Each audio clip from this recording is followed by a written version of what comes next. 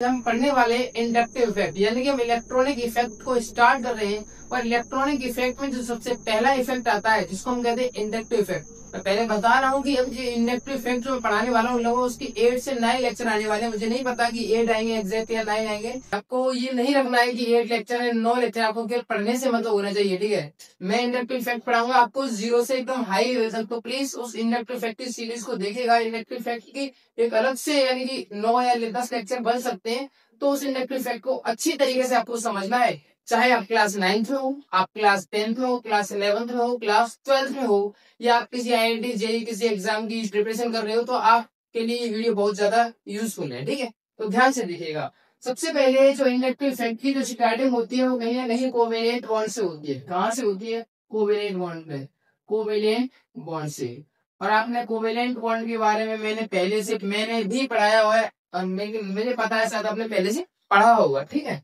तो जो covalent bond होता है, कोवेलेंट बॉन्ड होता है वो 2 टाइप का होता है। अब ध्यान से देखिए कौन कौन से 2 टाइप का। या तो ऐसा हो सकता है जिसे हम एक को कहते हैं पोलर कोवेलेंट बॉन्ड, एक को कहते हैं नॉन पोलर कोवेलेंट बॉन्ड। कब होता है पोलर कोवेलेंट बॉन्ड? क्या होता है? यदि इलेक्ट्रोनेगेटिविटी का, क्या कहा मैंने, यदि इलेक्ट्रोनेगेटिविटी का डिफरेंस इलेक्ट्रोनेगेटिविटी का कितना हो? 0।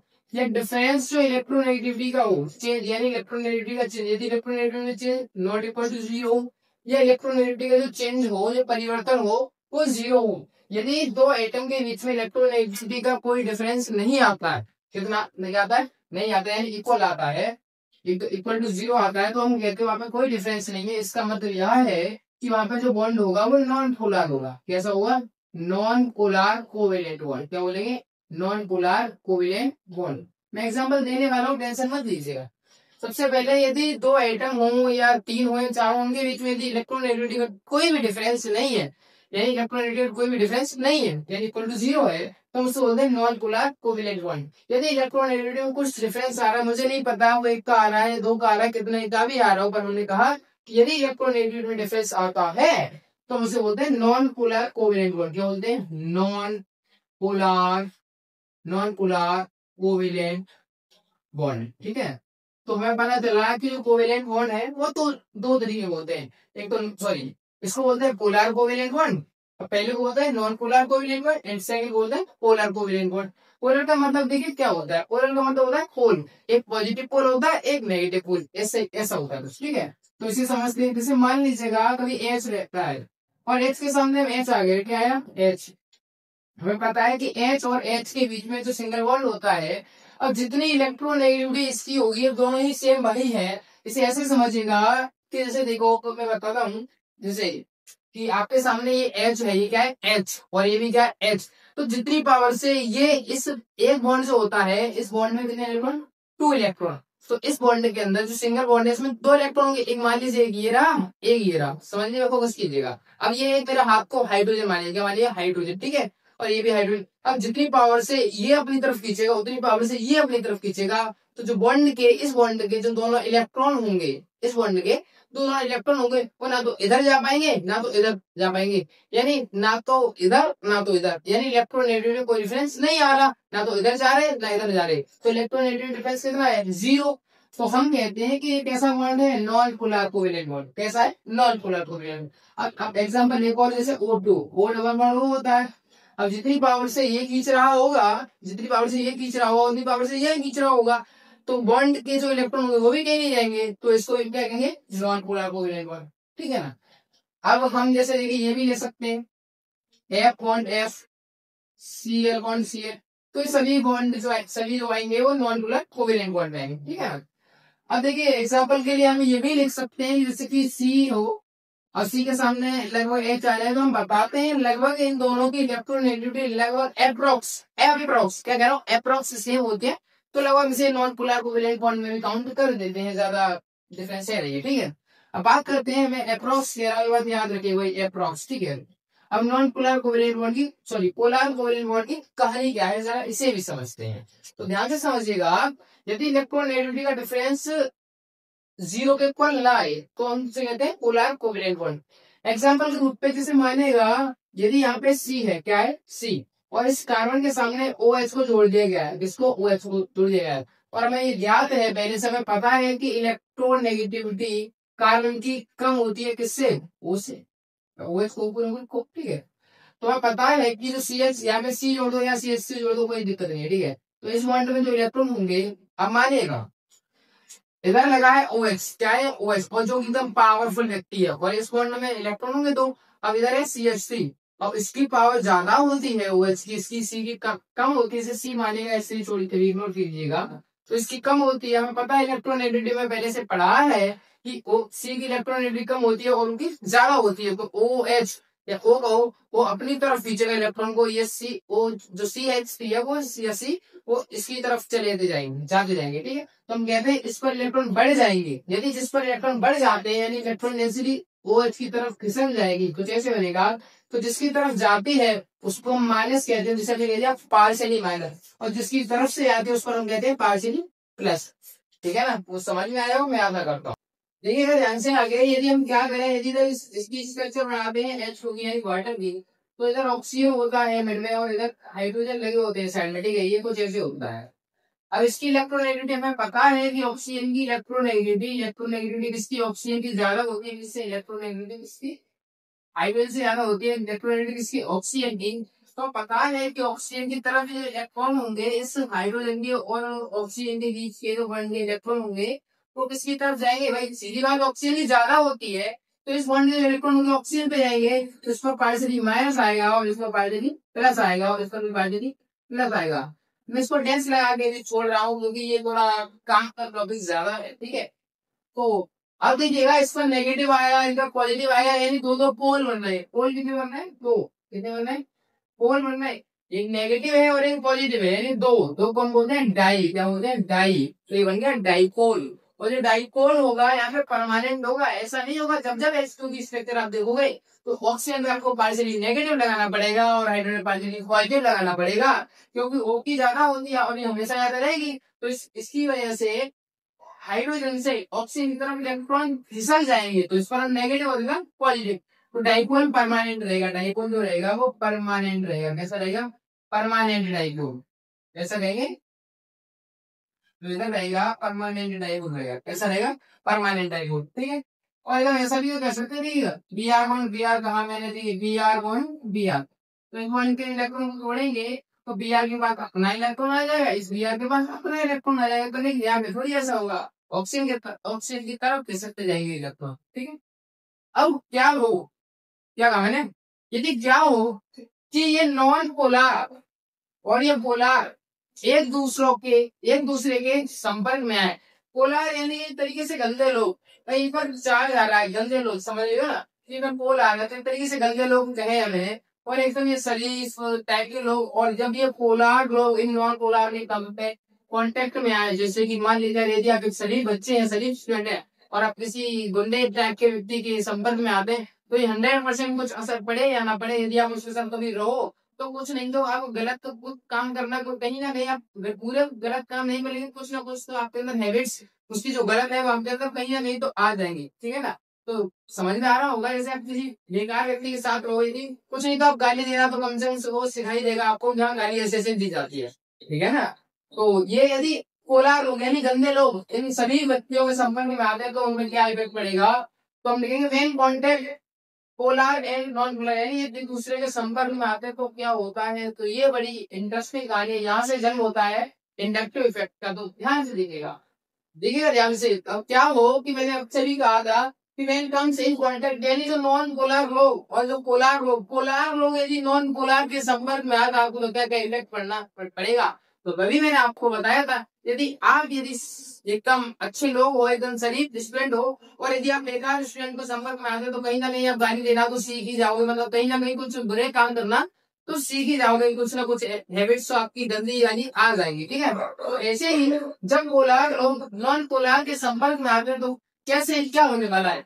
तो देखिए इनके जो कांटेक्ट में आने के तरीके हैं वो दो हो सकते हैं, या तो फोन पर ही कांटेक्ट में आ सकते हैं, फोन पे ही ज्यादा बातें करने लग जाए, जैसे कार में गुंडा जो गुंडे टाइप का कोई बेकार कोई बच्चा है, और वो शरीफ बच्चा बेकार बच्चों से फोन पे ही बात कर सकता है, क्या ऐसा भी हो सकता है कभी उसने बुलाया और डेली डेली उसके घर पे ही जा रहा है, तो ऐसा भी हो सकता है।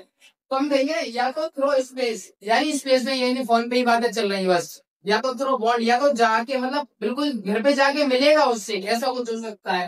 तो हमने कहा कॉन्टेक्ट में आने के पोलर के नॉन पोलर से दो तरीके हो सकते हैं, या तो वो खुद से जाएगा मतलब घर पे जाएगा, कैसे भी जाए वो खुद जाए वो आए, ऐसा हो सकता है, या फिर ऐसा भी हो सकता है कि वो केवल फोन पे ही बातें करता हो।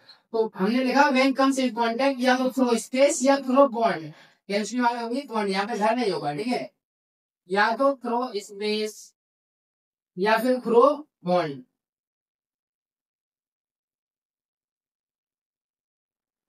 तो आपको दो, आपके पास दो तरीके हैं कॉन्टेक्ट में आने के, दो तरीके, या तो थ्रू स्पेस या तो थ्रू बॉन्ड। अब देखिएगा थ्रू स्पेस में क्या होता है। स्पेस में जैसे मान लीजिएगा कि अभी पोलर हमने मॉलिक्यूल लिया HCO, इधर HCO है, और अगर हमने ये कोई Br2 लिया है, जैसे Br बॉन्ड Br, या आप Cl बॉन्ड Cl ले सकते हो, आपकी जो इच्छा हो आप Cl बॉन्ड Cl ले सकते हो, ठीक है ना। अब होगा क्या कि ये H2O इस Cl, हमें पता है कि एक अलग है और ये अलग है, ये एक पोलर मॉलिक्यूल है और ये एक नॉन पोलर मॉलिक्यूल है, समझ में आ रहा है ना।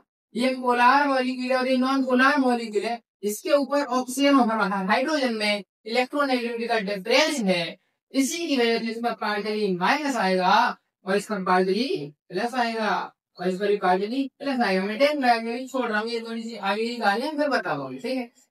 अब क्या होगा जब ये इसके कांटेक्ट में आया, इसके कांटेक्ट में आया, लेकिन घर पे नहीं पहुंचा, अभी बाहर ही है, कॉल पे बातें चल रही है, तो इसके कांटेक्ट में तो आया भाई, तो इस ऑक्सीजन का इस Cl पे कहीं ना कहीं तो इफेक्ट पड़ेगा, ठीक है ना, कहीं ना कहीं तो इफेक्ट पड़ेगा।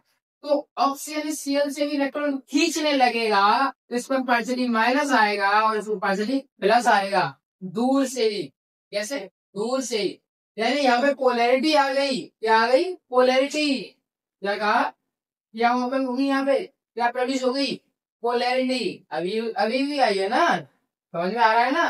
तो हम कहेंगे यहाँ पे इंड्यूस्ड पोलैरिटी, क्या कहेंगे, induced, induced polarity, induced polarity. और जो कैसी आई है, थ्रो बॉन्ड या थ्रो स्पेस, तो हम कहेंगे थ्रो स्पेस, कैसे आई है, थ्रो थ्रो स्पेस।